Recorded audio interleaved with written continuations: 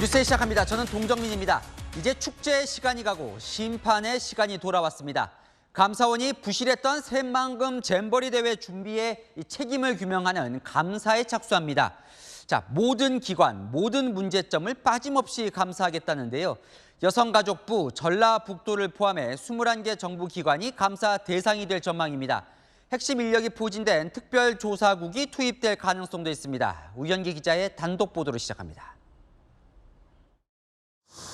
감사원이 세계 스카우트 잼버리 대회 파행의 책임 소재를 따지기 위해 특정 감사에 착수합니다. 채널A 취재 결과 행사를 주도한 여성가족부와 전라북도를 포함해 잼버리 조직위에 관여한 행정안전부와 문화체육관광부, 외유성 연수 논란이 제기됐던 부안군 등 21개 기관이 감사 대상에 오를 전망입니다. 철저히 감사하라는 유병호 감사원 사무총장의 지시도 있었던 것으로 전해졌습니다. 감사원 관계자는 관련된 모든 기관, 모든 문제점을 빠짐없이 철저하게 감사한다는 방침이라고 전했습니다.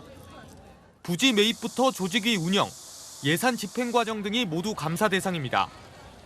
정부는 이번 행사가 남겨준 우리들의 과제에 대해 한치의 소홀함도 없이 철저히 분석하고 성찰하는 시간을 갖도록 하겠습니다. 여성가족부를 담당하는 감사원 사회복지국을 주축으로 전라북도를 맡는 지방행정국도 투입될 것으로 알려졌습니다. 진행 상황에 따라 유 사무총장의 손발 역할을 해온 특별조사국이 투입될 가능성도 있습니다. 감사원은 이르면 이번 주 감사 계획을 발표한다는 계획입니다. 감사 결과에 따라 사법당국 수사로 확대될 가능성도 배제할 수는 없습니다. 채널A 뉴스 우현기입니다.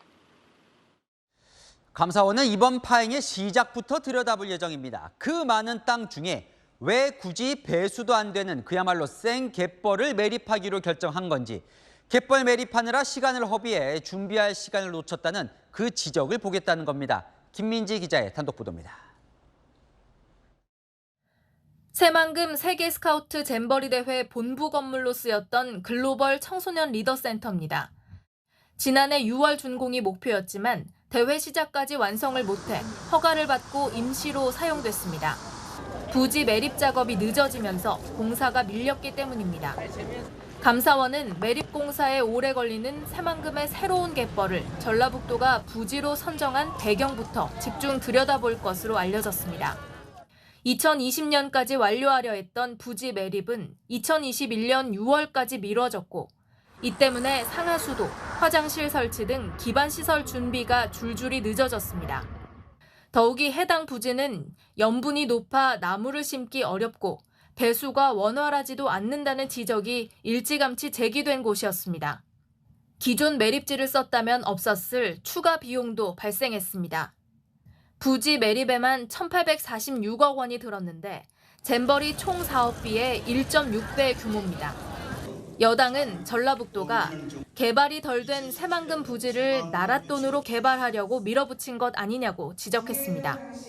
멀쩡한 장소를 놔두고 다른 꿍꿍이로 나무 한 그루 심을 수 없는 뻘밭에 장소를 선정한 데다가 중앙정부 예산 빼먹기에 골몰하며, 국민의힘은 부지 선정 과정과 관련해 감사와는 별개로 전라북도를 상대로 꼼꼼히 따져보겠다는 방침입니다. 채널A 뉴스 김민지입니다. 이 잼버리 대회 책임론이 정치권에서도 불이 붙고 있습니다. 적반하장, 후한무치 같은 강한 단어들이 나오기 시작했는데요. 여야를 넘어 문재인, 윤석열 두 전현직 정권이 맞붙는 모양새입니다. 조영민 기자입니다. 대통령실이 잼버리 파행 사태에 대해 부끄러움은 국민의 몫이라고 한 문재인 전 대통령을 정면으로 비판했습니다. 대통령실 관계자는 오늘 기자들과 만나 적반하장, 후한무치라는 평가가 있어 유의하고 있다고 말했습니다. 언론 사설을 인용한 것이라고 했지만 유치 당시 대통령으로서 사과한다면서도 현 정부를 우회적으로 비판한 문 전 대통령을 이례적으로 직접 겨냥한 겁니다.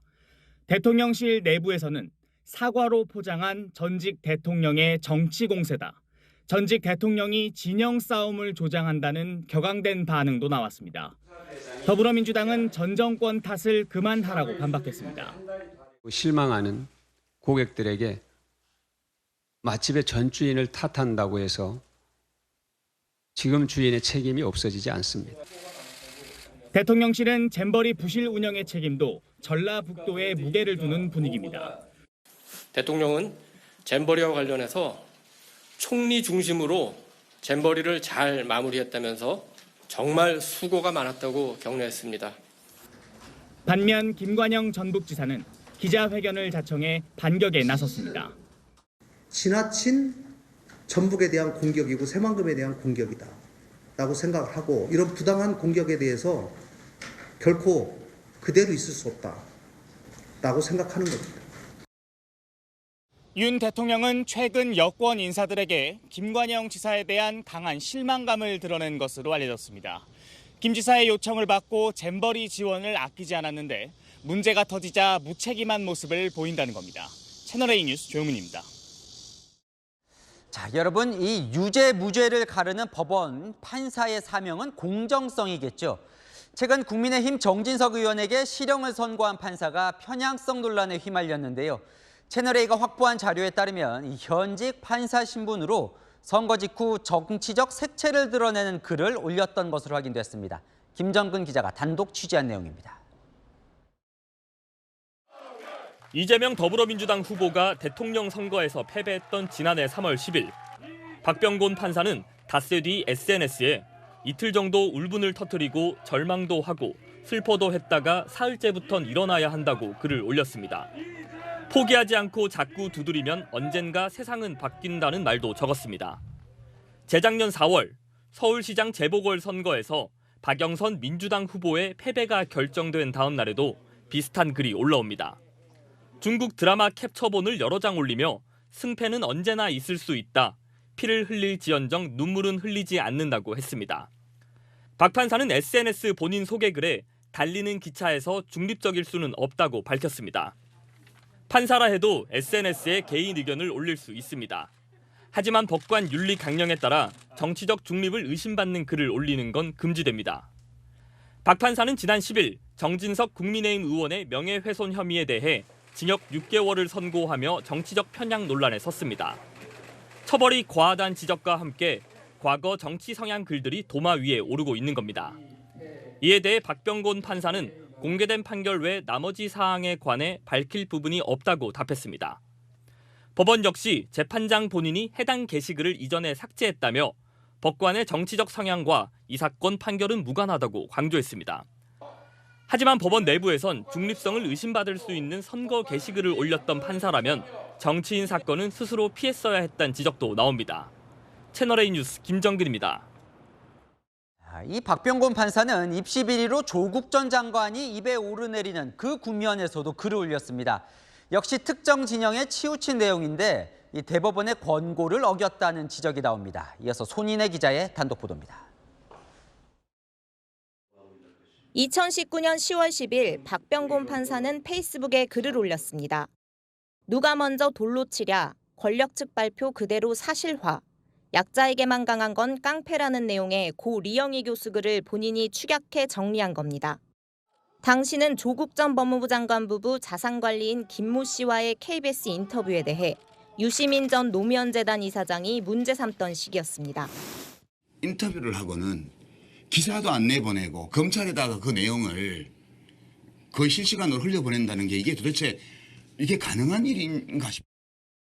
2018년 1월 25일엔 분노하라는 문구와 함께 주먹진 사파 사진을 올렸습니다. 박근혜 정부 청와대와 재판 거래를 한 사법부 블랙리스트 옥에 대해 김명수 대법원장이 대국민 사과문을 낸 다음 날입니다. 대법원 공직자윤리위원회는 권고 의견 7호로 법관 SNS 사용에 대해 최소한의 규정을 두고 있습니다. 공정한 재판에 영향 미칠 우려를 야기하지 않게 신중하게 처신해야 한다는 겁니다. 법원이 해당 판사가 어떤 연유로 글을 올리게 된 것인지, 징계 사유에 해당되는지 여부에까지도 조사할 필요가 있다. 그동안은 재판장이 학생 때 작성한 게시물을 정치권에서 문제 삼았지만 현직 판사 신분으로 작성한 게시물이 확인되면서 이번 논란은 법원 내부로도 확산할 전망입니다. 채널A 뉴스 손인혜입니다. 고 최수근 상병의 순직 사건을 조사한 해병대 수사단은 항명 혐의로 군의 수사를 받고 있습니다. 이 사건의 수사단원 2명은 압수수색 당시엔 피의자로 적시돼 있었는데 이후 조사 때는 참고인 신분이었습니다. 통상 참고인으로 조사를 받다가 나중에 피의자로 전환되는 것과 반대인 겁니다. 압수물에 대한 증거 능력도 논란이 예상됩니다. 김민곤 기자의 단독 보도입니다. 고 최수근 상병의 사망 사건에 대해 해병대 1사단장까지 8명에게 과실치사 혐의 등을 적용해 경찰에 이첩한 해병대 수사단은 지난 3일 항명 혐의로 압수수색을 받았습니다. 다시 그 순간으로 돌아간다고 해도 똑같은 결정을 했을 것입니다. 국방부 검찰단은 영장에 박정훈 전 수사단장 외에도 수사단원 2명까지 피의자 2, 피의자 3으로 적었습니다. 필요성을 설명하는 부분에도 피의자들이라고 기재한 것으로 확인됐습니다. 그러나 지난 7일과 9일 수사단원 2명은 피의자가 아닌 참고인 신분으로 조사를 받았습니다. 국방부는 구체적 설명은 어렵다면서도 2명은 피의자로 입건된 적 없다고 해명했습니다. 피의자 혐의 입증에 필요한 참고인을 범죄 혐의가 있는 피의자로 영장에 적은 셈입니다. 앞서 영장에 범죄 사실도 기재하지 않은 것으로 드러났습니다. 범죄 사실 기재 없는 영장이라니 듣도 보도 못한 기이한 일이 아닐 수 없습니다. 압수물 증거 능력에 문제가 생길 수 있다는 지적과 함께 집단 항명 혐의를 적용하려고 무리했다는 의심을 받을 수 있다는 수사기관 관계자들의 관측도 제기됩니다. 추후 수사와 재판 과정에서 논란이 예상됩니다. 검찰단은 박 전 단장의 혐의를 집단 항명 수개에서 단독 범행인 항명으로 변경했고 공범도 없는 것으로 판단을 바꾼 것으로 전해졌습니다. 박 전 단장 측은 수사가 적절한지 판단해달라며 민간 전문가로 구성된 군검찰 수사심의위원회 소집을 신청했습니다. 채널A 뉴스 김민곤입니다. 네, 고 최수근 상병 사망 사건에 대한 수사 외압 의혹은 정치권으로 번졌습니다. 민주당이 박정훈 전 수사단장을 공익 제보자로 규정하고 특검을 도입하겠다고 했습니다. 수사 압박의 윗선으로 온 대통령실을 정조준했습니다. 국민의힘은 외압 의혹은 정치 공세일 뿐이라고 반박했습니다. 이어서 유지훈 기자입니다. 더불어민주당은 고 최수근 상병 사망 사건 수사 외압 의혹에 특검 카드를 꺼내들었습니다. 고 최수근 상병 수사 외압 의혹은 특검을 통해서 명명백백하게 밝혀야 합니다. 중대한 권력 남용과 국기문란입니다. 외압 의혹을 제기한 박정훈 전 수사단장을 공익 제보자로 지정해야 한다고도 주장했습니다. 한 원내 관계자는 대통령실이 개입했을 거라는 추측이 든다며 군과 수사기관이 얽혀 있어 강제 수사가 필요하다고 밝혔습니다. 민주당은 임성근 해병대 1사단장이 이명박 정부 당시 김태효 국가안보실 1차장, 이종섭 국방장관과 함께 근무한 점에 주목하고 있습니다. 현 정권이 임사단장 구하기에 나섰다는 겁니다. 국방위 간사인 김병주 의원은 포항지청 검사가 해군검찰에 전화했다는 제보를 받았다며 검찰 개입 의혹도 제기했습니다. 국민의힘은 정치 공세일 뿐이라고 특검 제안을 일축했습니다. 실체적 진실을 확인하는 데 방해가 되기 때문에 민주당은 더 이상 습관적인 정치 공세를 가만둬주면 좋겠다. 유상범 국민의힘 수석대변인은 박정훈 전 단장에 대해 외압 관련한 진술이 오락가락하고 있다며 군인인지 정치인인지 헷갈린다고 비판했습니다. 채널A 뉴스 유주은입니다. 자, 사흘 뒤 검찰 출석을 앞둔 이재명 민주당 대표가 출석 전날 직접 백현동과 쌍방울 두 의혹에 대해 입장을 밝힐 예정입니다. 지난 대장동 검찰 소환 전에는 없었던 일인데요. 달라진 이유가 무엇인지 최수연 기자가 보도합니다. 이재명 민주당 대표가 검찰 출석 하루 전인 16일 백현동 개발 특혜 의혹에 대해 직접 설명할 것으로 알려졌습니다. 공개 서한 형식을 검토 중인데 지난 1월 대장동 관련 출석 때는 없었던 과정입니다. 민주당 관계자는 대장동과 달리 백현동 의혹은 국민 관심도가 떨어져 직접 국민에게 법리적인 설명을 할 필요가 있다고 전했습니다. 개인 혐의 자체는 어떻게 생각하시는지. 그걸 다음 기회에 저희가 설명할 기회가 있을 겁니다. 돌체포 특권을 포기한 이후 첫 번째 구속영장 청구가 유력한 상황이라 여론전이 중요하다는 판단이 깔려 있습니다. 이 대표의 구속 여부를 결정할 법원도 여론의 영향을 받을 수밖에 없을 거라는 겁니다. 당시 성남시장이던 이 대표가 백현동 개발이 가능하도록 특혜를 준 최종 결정자였다며 검찰이 배임 혐의를 검토하는 데 대해 본인의 결정이 아닌 박근혜 정부의 뜻이었다는 점을 강조할 것으로 보입니다. 국토부가 요청해서 한 일이고 공공기관 이전 특별법에 따라서 저희가 응할 수밖에 없는 그런 상황입니다. 이걸 가지고 만약에 안 해주면 직무유기 이런 걸 문제 삼겠다고 협박을 해서 이 대표는 쌍방울그룹 대북 송금 의혹에 대한 입장도 밝힐 예정입니다. TLA 뉴스 최수연입니다. 내일 광복절을 앞두고 윤석열 대통령이 특별 사면을 단행했습니다. 재계 총수를 포함해 지난 사면 때는 빠졌던 이 경제인들이 대거 포함됐는데요.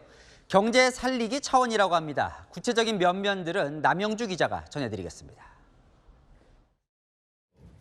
윤석열 정부가 광복절을 하루 앞두고 세 번째 특별 사면을 단행했습니다.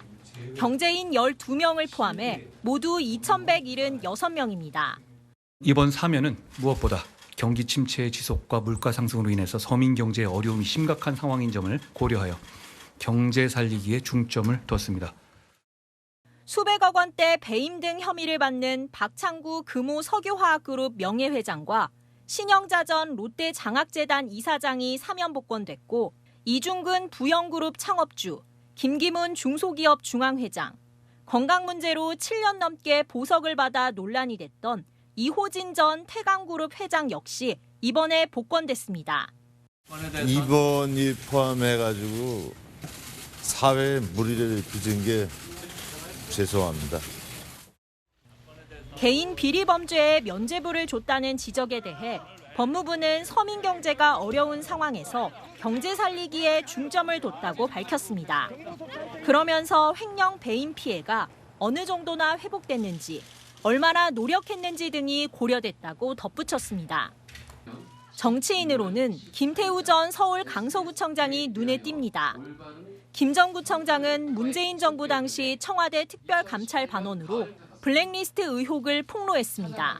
이후 공무상 비밀누설 혐의로 기소돼 지난 5월 대법원에서 징역 1년, 집행유예 2년이 확정되면서 구청장직을 상실했습니다. 이 밖에 면허가 박탈되거나 벌점을 맞았던 운전자 80만 8천 명도 구제를 받았습니다. 다만 음주운전자는 감면 대상에서 전원 배제됐습니다. 사면은 내일 0시에 발효됩니다. 채널A 뉴스 남영주입니다.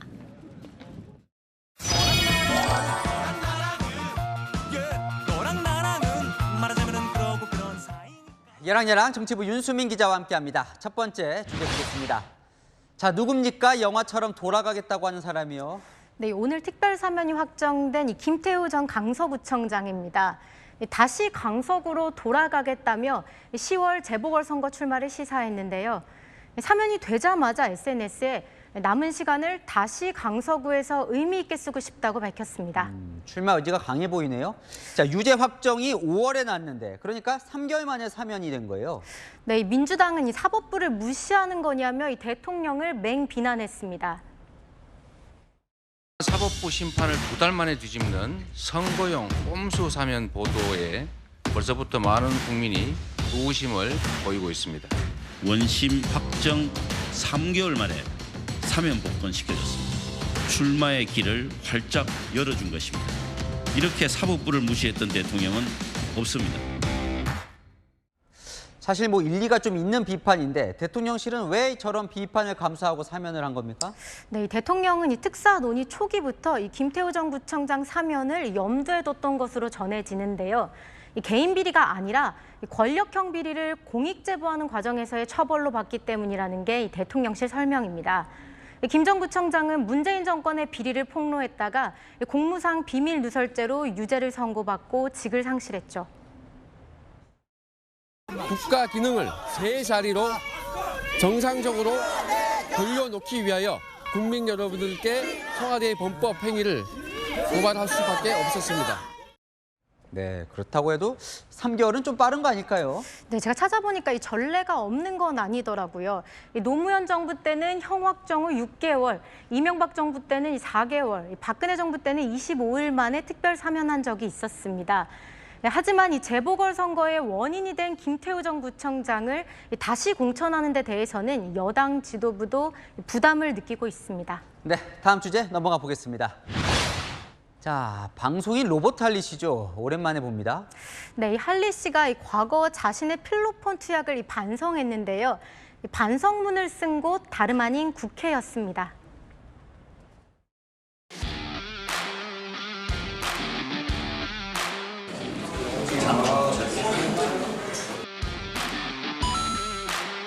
제가 고등학생 시절에 한 친구가 야, 내가 뭐 가지고 있는지 봐봐. 그리고 대마를 딱 보여준 거예요. 메로와나라고 하죠. 그거 하게 되면 다른 약을 하게 됩니다. 다른 약을 하게 되면 영원한 중독자 됩니다. 여러분들 손대지 마세요. 마약 끝이. 자신의 경험을 얘기한 거예요. 여러분들 손대지 마세요. 절대 하면 안 되죠. 네, 이 할리 씨는 이 광주 외국인 학교 이사장도 맡고 있는데요. 이 교육적 차원에서 이 마약의 위험성을 알리기 위해서 나선 겁니다. 이 희귀암 투병 사실도 고백했습니다. 한동안 자살하고 싶은 마음이 있었어요. 방 안에서 내가 하루 종일 울었어요. 울면 안 돼요. 제가 눈물이 많은 남자예요. 지금은 제가 마약을 보고 싶지도 않아요. 지금 주사기 있잖아요. 그거 보면은 오바이트 하고 싶어요. 참 끊는 게 참 어려워요. 자, 그런데 이 태영호 의원도 아까 보이던데. 예. 네, 오늘 토론회를 주최한 의원이 태영호 의원입니다. 당원권 정지 징계가 풀린 후에 첫 행사로 마약의 경각심을 알린 토론회를 주최한 건데요. 북한에서 넘어올 때부터 관심이 많았습니다. 인간의 속성은 막을 수가 없기 때문에 북한이 지금 주민 통제 쓰면서 하다가 지금 하지 못하게 있는 게 딱 두 가지입니다. 하나는 마약, 하나는 한류. 네, 오늘은 서울 강남 지역구 국회의원으로서 우려를 표했습니다. 제 지역구에서 이상하게도 마약과 관련한 일들이 계속 터집니다. 점차 청년들 10대에까지 넘어가는 이게 하나의 문화처럼 자리 잡고 있는 이 현상을 막아야 되겠다라고 생각하고 부랴부랴 이 세미나를 조직하게 됐는데요. 네, 정말 이건 강경하게 말하고 싶네요. 마약은 절대 손대면 안 됩니다. 네, 지금까지 여랑야랑이었습니다. 자신의 자녀는 왕의 DNA를 가졌다며 담임 교사에게 왕자 대하듯 말하라고 하는 등 갑질 의혹을 받고 있는 학부모가 알고 보니 교육부 사무관이었죠. 그런데 해당 교육청과 학교 측도 학부모가 교육부 소속인 걸 알고 쩔쩔맸던 것으로 파악됐습니다. 김민환 기자입니다. 왕의 DNA를 가진 아이라 왕자에게 말하듯이 얘기해달라. 지난해 한 학부모가 자녀가 다니는 세종시 초등학교 측에 보낸 요구사항입니다. 당시 세종시 교육청 장학사와 해당 교사 대화에선 학부모가 교육부 소속 공무원인 걸 서로 알고 있습니다. 장학사는 지금 이 사람이 교육부 주무관, 사무관이라며 아시지 않느냐라고 언급했고 해당 교사도 안다고 답합니다. 이어 시스템을 아니까 수사할 수밖에 없게 자꾸 언론을 동원하겠다고 압박한다는 말도 합니다. 학교 측도 교육부 공무원인 학부모에 쩔쩔맸습니다. 해당 학교 교감은 이 학부모가 다른 학생들의 행동 변화를 기록해서 매일 보내라, 내 아이를 위해서 교육과정을 바꾸라는 등 무리한 요구를 한다며 하소연합니다. 갑질 의혹을 받는 공무원은 자신이 교육부 공무원이라는 사실을 단 한 번도 말한 적이 없다고 해명했습니다. 자체 감사를 진행 중인 교육부는 사과했습니다. 모든 선생님께 죄송하다는 말씀을 드립니다.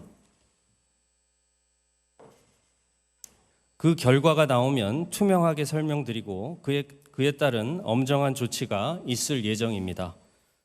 감사 결과는 이르면 이번 주에 나올 예정입니다. 채널A 뉴스 김민환입니다. 학부모 갑질 논란에 불을 지핀 사건이죠. 서울 서초구 초등학교 교사의 극단적 선택에 대한 경찰 조사도 진행 중입니다. 현재까지 학부모 4명을 조사했는데 경찰은 학부모 갑질에 대한 범죄 혐의점은 찾지 못했다라고 밝혔습니다. 김지은 기자입니다. 지난달 18일 서초구 한 초등학교에서 숨진 채 발견된 교사. 이후 교원단체를 중심으로 학부모 악성 민원 등 갑질이 극단적 선택으로 이어졌다는 주장이 나왔습니다. 하지만 관련 의혹을 수사 중인 경찰은 오늘 학부모 4명에 대한 조사를 진행했지만 아직까지 범죄 혐의점은 없다고 밝혔습니다. 학부모와 숨진 교사의 휴대전화 포렌식 결과도 공개했습니다. 지난달 12, 13일에 통화가 이루어진 건 맞지만 교사가 학부모에게 먼저 전화했고 학부모가 교사 개인 번호로 전화한 적은 없다고 설명했습니다. 다만 해당 교사가 학부모 때문에 힘들어했다는 동료 교사 증언이 나온 만큼 관련 조사는 이어갈 방침입니다. 유족들이 경찰이 사건을 빨리 종결시키려 한다고 주장한 것에 대해서는 종합적으로 수사하고 있다면서 유족들에게 유감 표명을 했다고 해명했습니다. 이런 가운데 정부는 오늘 공청회를 열고 교권 보호 강화 방안을 발표했습니다. 현장 교사들을 학부모 민원과 분리하는 게 주요 내용입니다. 현재 선생님들이 학부모로부터 교육활동과 관련되지 않는 다른 내용으로 그 민원을 많이 제기하고 있기 때문에 이를 위해 학교장 직속 민원 대응팀을 운영하고 학부모가 교사 개인 휴대전화나 SNS로 민원을 제기할 경우 응대를 거부할 권리를 부여하기로 했습니다. 교육부는 현장 의견을 다양하게 수렴해 이달 중 최종안을 확정할 방침입니다. 채널A 뉴스 김지윤입니다. 한국 수영의 간판이죠. 국가대표 황선우가 다음 달 아시안게임을 앞두고 뺑소니 의심 사고를 내 경찰이 조사에 나섰습니다. 충북 진천에 있는 선수촌에 입촌하다가 80대 노인을 치고 조치 없이 사고 현장을 벗어난 겁니다. 강경무 기자가 취재했습니다. 진천 선수촌으로 향하는 왕복 4차선 도로입니다. 어제 오후 7시 35분쯤 황선우 선수는 승용차를 몰고 선수촌으로 가던 중 무단 횡단을 하던 80대 할아버지를 사이드미러로 쳤습니다. 하지만 황 선수는 별다른 조치 없이 현장을 떠났습니다. 팔 부러졌다는 소리가 나는 거야. 그랬더니 거기 이렇게 닦아졌더만. 저쪽 길로 도망을 간 거야. 선수촌으로 들어간 거야. 선수촌에 도착한 황 선수는 차량 사이드미러가 부서진 걸 확인한 뒤 사고 현장으로 돌아왔습니다. 신고를 받고 출동한 경찰에게 자신이 사고를 낸 것 같다며 뭔가 부딪히는 사고를 낸 건 알았는데 당황해서 그냥 갔다고 말한 것으로 전해졌습니다. 현장을 이탈했다가 다시 온 건 맞고요. 처음에는 인지 못하고서는 나중에 와서 차를 보고서는 다시 왔다는 그런 얘기인데 조사를 해봐야 되겠습니다. 다행히 할아버지는 크게 다치지 않았고 양측은 이후 합의를 본 것으로 전해졌습니다. 황 선수는 당시 음주 상태는 아니었습니다. 경찰은 황 선수를 입건하고 조만간 불러 조사할 예정입니다. 이후 뺑소니 혐의 적용 여부도 검토하고 있습니다. 한국 수영의 간판으로 꼽히는 황 선수는 지난달 후쿠오카 세계선수권대회 남자 자유형 200m에서 한국 신기록을 세우며 동메달을 목에 걸었습니다. 다음 달 중국 항저우에서 열리는 아시안게임의 수영 국가대표로 출전할 예정입니다. 채널A 뉴스 강경모입니다.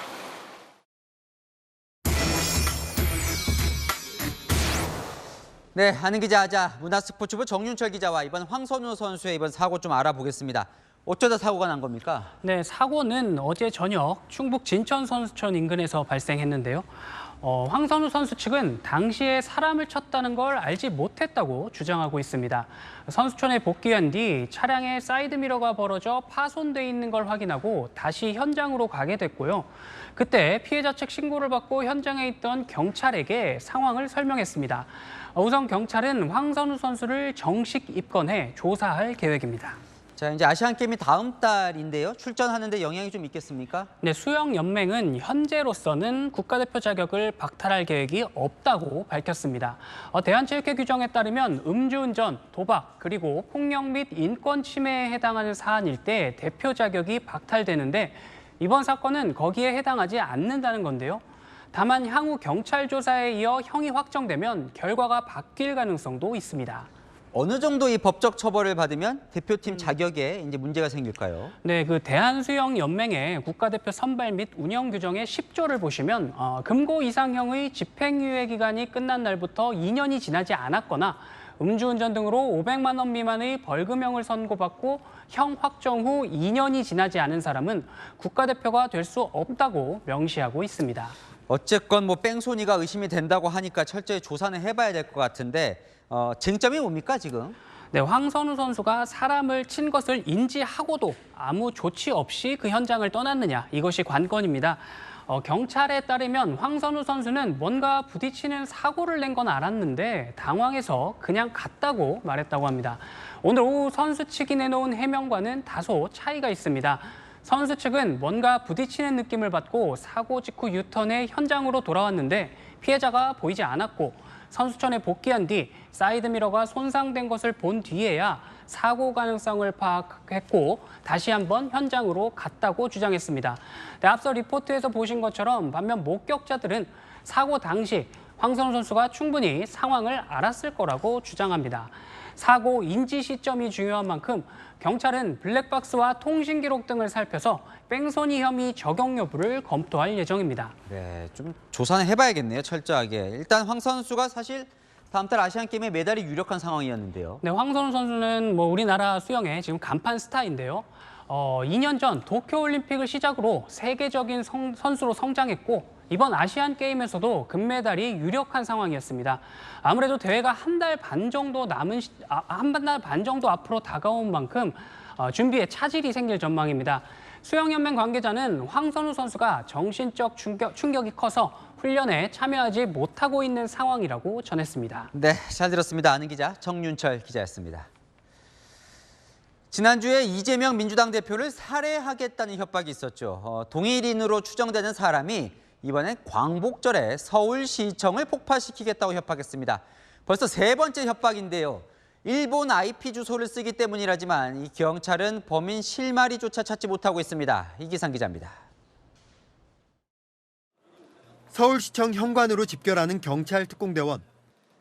건물 내부 단자함은 물론 소화기도 들어 아래까지 샅샅이 확인합니다. 경찰견은 안내데스크 뒤편까지 들어가 냄새를 맡기도 합니다. 광복절인 내일 서울시청을 폭파하겠다는 협박 메일 탓에 수색에 나선 겁니다. 경찰은 2시간가량 수색했지만 폭발물을 발견하지 못했습니다. 메일 발송자는 지난주 이재명 민주당 대표 살해 협박을 한 데 이어 이틀 뒤에는 중앙박물관과 일본인 학교 등을 폭파하겠다고 밝혔습니다. 그리고 이번에도 같은 메일 계정으로 세 번째 폭발물 테러 위협 글을 보낸 겁니다. 경찰은 살인 예고나 테러 위협 글을 쓴 149명을 검거했지만 이번 폭발물 협박범에 대해서는 아직 실마리조차 못 찾고 있습니다. 게시글이 작성된 IP 주소가 한국이 아닌 일본이기 때문입니다. 경찰 관계자는 3건의 협박글이 작성된 IP 주소가 모두 다르다며 일본 경찰에 수사 협조 요청을 해둔 상황이라고 설명했습니다. 한편 해당 메일 계정은 일본 내에서도 여러 차례 폭발물 테러 글을 올려 이미 수사가 이뤄진 것으로 알려졌습니다. 채널A 뉴스 이기상입니다. 어린이 보호구역 스쿨존에서는 어느 시각이든 시속 30km 이상 달리면 안 되죠. 여당이 과도한 측면이 있다면서 어린이들이 많이 다니지 않는 시간대에는 시속 50km까지 허용하는 안을 추진합니다. 이현재 기자입니다. 학교 주변 300m 안은 어린이 보호구역 스쿨존으로 지정이 돼 있습니다. 일반 도로와 달리 속도 제한이 더 엄격하고 위반 시 과태료도 더 내야 합니다. 이곳은 서울의 한 초등학교 앞입니다. 어린이가 거의 없는 방학이든 심야 시간이든 관계없이 365일 24시간 제한 속도 30km를 지켜야 합니다. 국민의힘은 일률적 규제로 시민들이 불편해한다며 탄력적으로 운영하는 방안을 추진합니다. 어린이가 많이 다니지 않는 심야 시간대에 시속 50km로 속도 제한을 완화하는 내용 등이 검토되고 있습니다. 체계적으로 규제를 하는 것으로부터 운전을 제도를 도입하다 보니까 그래서 많은 우리 국민들께서 어떤 때는 잠재적 범죄자의 심리를 가지고 운전해야 되는 그런 상황도. 다만 어린이 안전을 위해 어린이 보호구역 내 어린이 교통사고 처벌을 강화한 이른바 민식이법은 당장 고치지는 않겠다는 계획입니다. 탄력적으로 운영하는 거 저는 좀 괜찮다고 생각해요. 밤 시간대는 그 스쿨존에서 그 어린아이들이 딱히 있지가 않긴 하니까. 만에 하나라도 그런 여지가 있으니까 조심하는 거는 확실하게 했으면 좋겠어요. 30km는 유지가 됐으면 좋겠어요.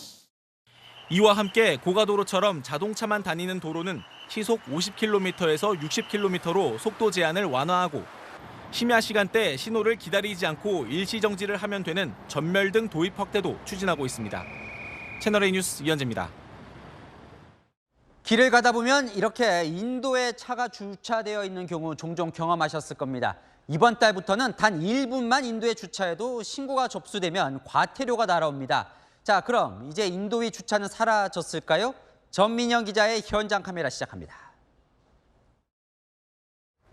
주차장처럼 차량이 늘어선 이곳은 사람이 다니는 인도입니다. 지나갈 공간이 없어서 저도 이렇게 도로로 통행을 해야 하는데요. 신고제도 소용없는 인도 불법 주차 현장을 다녀오겠습니다.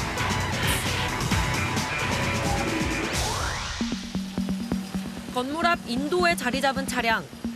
사람 사이를 비집고 인도 위로 성큼 올라오고 바퀴 한쪽을 도로에 걸쳐 주차하기도 합니다.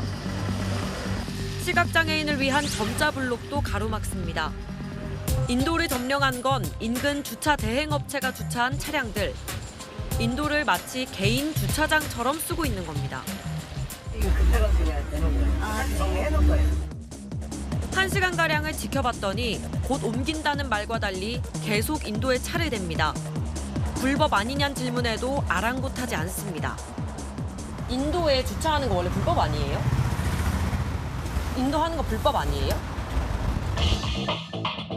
구청 단속도 소용이 없습니다. 발레차는 애들이 저희가 보이면 도망가거나 그런 경우엔 또 단속이 안 되잖아요. 이번 달부터 인도위는 어린이 보호구역, 횡단보도 등과 함께 6대 주정차 금지구역에 포함됩니다. 1분만 세워놔도 누구나 휴대전화로 찍어 신고할 수 있습니다. 지난 1일부터 접수된 인도위 불법 주정차 신고는 4만 4천여 건. 6대 주정차 금지구역 중 가장 많았습니다. 하지만 인도위 주차는 여전히 일상적으로 이뤄집니다. 주택가 앞 횡단보도와 인도를 모두 걸치고 서 있기도 하고 단속을 피하기 위해 주차금지 표지판으로 앞뒤 번호판을 가리는 운전자도 있습니다. 좁은 인도에 무리하게 올라서다 보행자를 칠 뻔하기도 합니다. 매일 다니면서 보는데 한 10대 이상 정도 되는 것 같은 차들이 순간 못 보고 저를 한번 약간 치려고 했던 적이 있거든요. 이게 불법이란 인식을 못하는 것 같아요, 사람들이. 계속 많이 되다 보니까. 멀쩡한 주차장이 있는데도 인도에 주차하기도 합니다. 여기 왜 계시는 거예요? 여기 주차 공간이 없어서 그런 거죠? 주차장 있어요. 잠깐 내고 물건 내려오고. 건물 철거 현장에선 아무런 안전 조치도 없이 인도를 점령했습니다. 얼른 싣고 빼보려고 나가려고. 먹고 살아야 되는데 그러게요.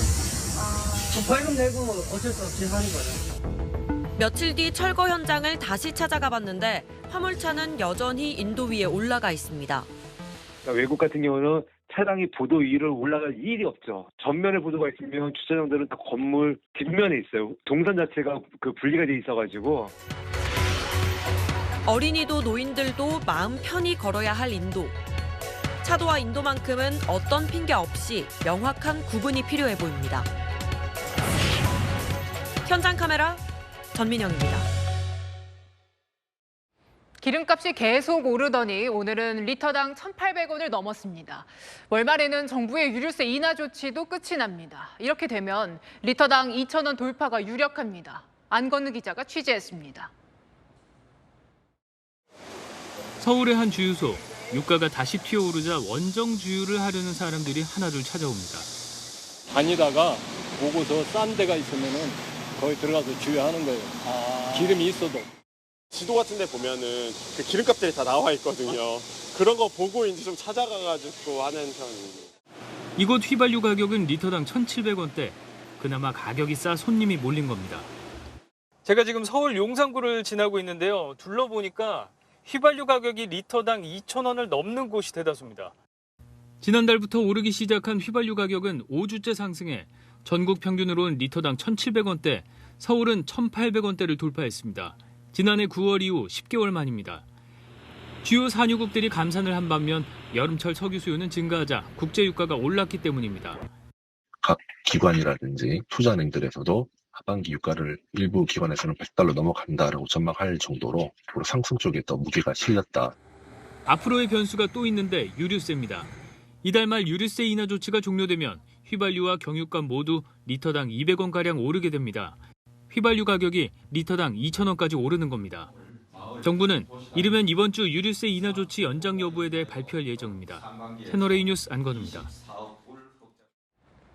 가까운 호텔에서 휴가를 보내는 호캉스족이 많아졌습니다. 그런데 성수기를 노린 호텔의 배짱 영업이 기승입니다. 호텔에 묵어도 수영장 이용료를 따로 내야 하고 투숙을 안 하면 4인 가족이 호텔 수영장 한 번 이용하는데 100만 원 넘게 내야 하는 곳도 있습니다. 김승희 기자가 보도합니다. 지난달 말 세 자녀와 5성급 호텔에서 여름 휴가를 보낸 이상엽 씨. 수영장에 들어가려면 객실 투숙이 필수란 말에 깜짝 놀랐습니다. 5인 가족의 2박 3일 투숙비만 230만 원 가까이 되는데 자녀 3명의 수영장 이용료로 각각 3만 5천 원씩 더 내야 했습니다. 패키지를 특별하게 구입하지 않으면은 그 수영장을 아예 이용할 수가 없는 거예요. 울며 겨자 먹기 식으로 아이들이 너무 수영장을 가고 싶다고 그래가지고. 해당 호텔 관계자는 코로나19로 인원 제한이 생긴 2020년부터 투숙객만 수영장을 이용할 수 있게 됐다고 설명했습니다. 또 다른 특급 호텔은 투숙객이 아닐 경우 100만 원 안팎의 휴식 공간인 카바나 사용료를 받고 수영장에 입장시킵니다. 올해부터는 비투숙객도 이용 가능하신데 저희가 카바나를 필수적으로 이용을 해주시고 입장료가 별도로 발생이 되십니다. 주말 이 호텔에 묵는 4인 가족이 야외 수영장을 이용할 경우 어른 12만 원, 어린이 8만 원 등 총 40만 원의 입장료를 추가 부담합니다. 비투숙객은 최소 71만 원의 카바나 이용료가 추가돼 100만 원이 훌쩍 넘습니다. 반얀트리 서울도 성인 투숙객에게 수영장 입장료로 82,500원을 받습니다. 반면 해외 유명 호텔이 투숙객에게 수영장 요금을 따로 받는 경우는 찾아보기 어렵습니다. 여행 커뮤니티에선 이것저것 따지면 해외가 낫다는 반응이 나옵니다.